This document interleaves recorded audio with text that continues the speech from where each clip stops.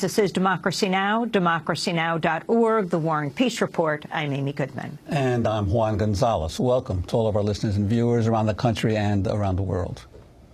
In a primetime televised address last night, President Barack Obama announced he had authorized U.S. airstrikes for the first time in Syria and their expansion in Iraq against the Islamic State, which has seized broad stretches of Iraq and Syria.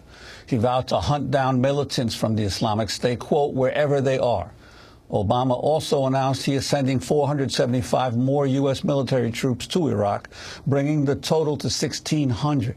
He also called for congressional support to arm and train the Syrian opposition. Obama's speech came on the eve of the 13th anniversary of the September 11th attacks. So tonight, with a new Iraqi government in place and following consultations with allies abroad and Congress at home, I can announce that America will lead a broad coalition to roll back this terrorist threat. Our objective is clear. We will degrade and ultimately destroy ISIL through a comprehensive and sustained counterterrorism strategy. First, we will conduct a systematic campaign of airstrikes against these terrorists. Working with the Iraqi government, we will expand our efforts beyond protecting our own people and humanitarian missions, so that we're hitting ISIL targets as Iraqi forces go on offense. Moreover, I've made it clear that we will hunt down terrorists who threaten our country wherever they are. That means I will not hesitate to take action against ISIL in Syria as well as Iraq. This is a core principle of my presidency. If you threaten America, you will find no safe haven. Second, we will increase our support to forces fighting these terrorists on the ground. In June, I deployed several hundred American service members to Iraq to assess how we can best support Iraqi security forces. Now that those teams have completed their work and Iraq has formed a government, we will send an additional 475 service members to Iraq. As I've said before, these American forces will not have a combat mission. We will not get dragged into another ground war in Iraq. But they are needed to support Iraqi and Kurdish forces with training, intelligence, and equipment. We'll also support Iraq's efforts to stand up National Guard units to help Sunni communities secure their own freedom from ISIL's control. Across the border in Syria, we have ramped up our military assistance to the Syrian opposition. Tonight, I call on Congress again to give us additional authorities and resources to train and equip these fighters. In the fight against ISIL, we cannot rely on an Assad regime that terrorizes its own people, a regime that will never regain the legitimacy it has lost. Instead, we must strengthen the opposition as the best counterweight to extremists like ISIL, while pursuing the political solution necessary to solve Syria's crisis once and for all. Third, we will continue to draw on our substantial counterterrorism capabilities to prevent ISIL attacks. Working with our partners, we will redouble our efforts to cut off its funding, improve our intelligence, strengthen our defenses, counter its warped ideology, and stem the flow of foreign fighters into and out of the Middle East. And in 2 weeks, I will chair a meeting of the UN Security Council to further mobilize the international community around this effort.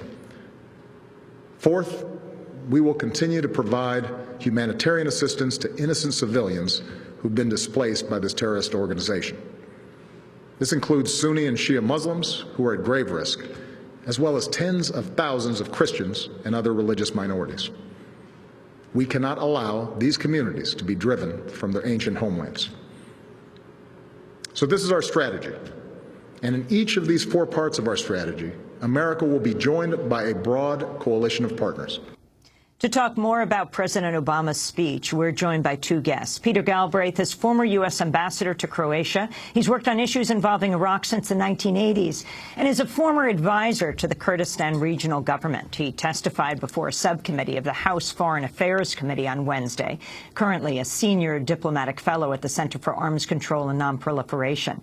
His books include The End of Iraq, How American Incompetence Created a War Without End.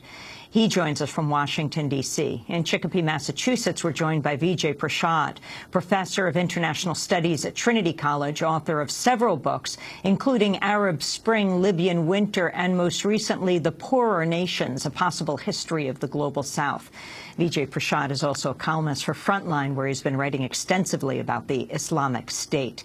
His latest piece headlined What President Obama Should Not Do About ISIS. Ambassador Galbraith, let's begin with you. Your response to President Obama's speech last night.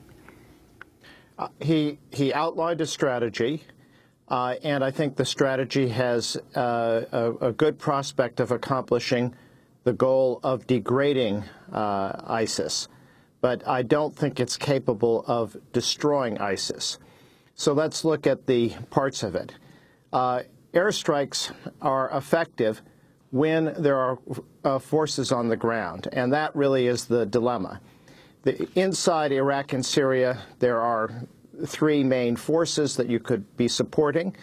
There's the Kurdistan Peshmerga, which suffered setbacks in August, but the units remained intact. With air support, they've been able to retake territory, but they are not going to go significantly beyond Kurdistan, and they've more or less retaken that territory. In the rest of Iraq, there's the Iraqi army, which has largely disappeared since the beginning of the year. We spent billions building it up, and the end result was that the weapons we provided ended up in ISIS's hands. I don't see how you reconstitute that.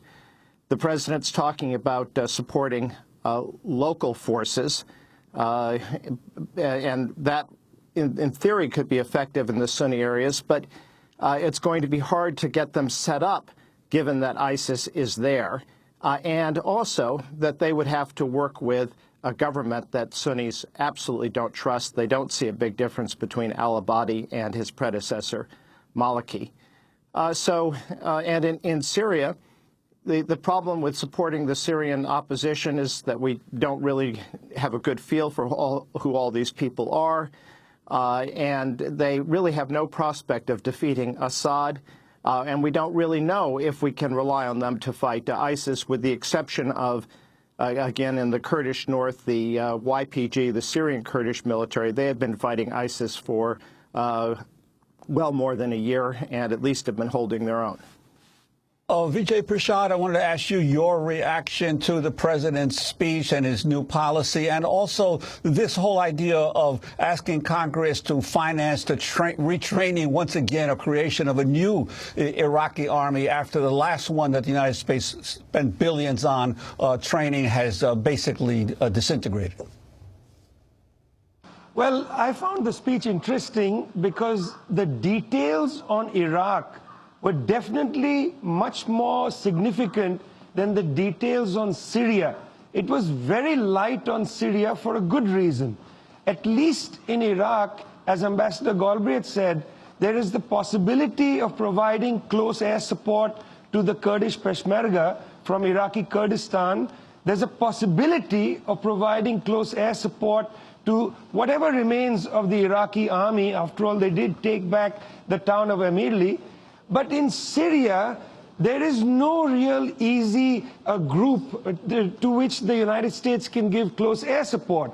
You know, the YPG, that is to say the Kurdish force in the northeast of Syria, is backed by the Kurdish Workers' Party from Turkey. The United States sees them as a terrorist organization. So I doubt very much that they will overtly have any coordination with the YPG and the PKK.